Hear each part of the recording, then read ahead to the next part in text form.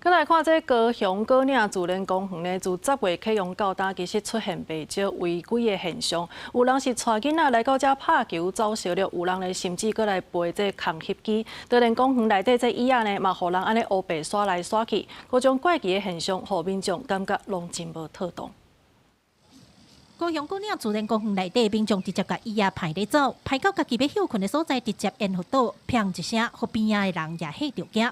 民众讲已经来第3摆啊，进前就捌看过一寡人惊拍热、贪方便，乌白甲椅仔搬来搬去，伊感觉安尼真毋通。人固定踩迄个所在，互恁坐方便。啊，恁莫讲哦，有日头啊，特要搁刷伊黄面。 啊！你坐坐，你嘛无搁甲过话啊！你安尼搬来搬，有时啊椅啊嘛是会搬歹去啊。高岭自然公园自10月启用到今，常常有民众来运动佚佗，不过也出现真侪乱象，亲像拍羽毛球、棍棒球，甚至阁有牵橄榄球的，嘛有人摕空翕机来遮飞。民众讲有时会看到管理人员去口劝，讲安尼违规，不过有时阁无人在管，尤其有家长环境，带囡仔来遮算煞，各项代志拢袂当做，安尼就失去公园的意义。公署表示，基本上是以袂影响到大众安全为标准，现在市府也看情形来做调整。经观察。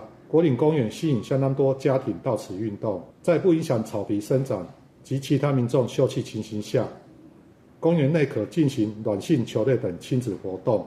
公园处呼吁民众遵守游园规定，勿任意移动或破坏园内设施。有需要放宽标准无？如果可以放宽是很好，不过不要破坏太伤紧的破坏那环境啊。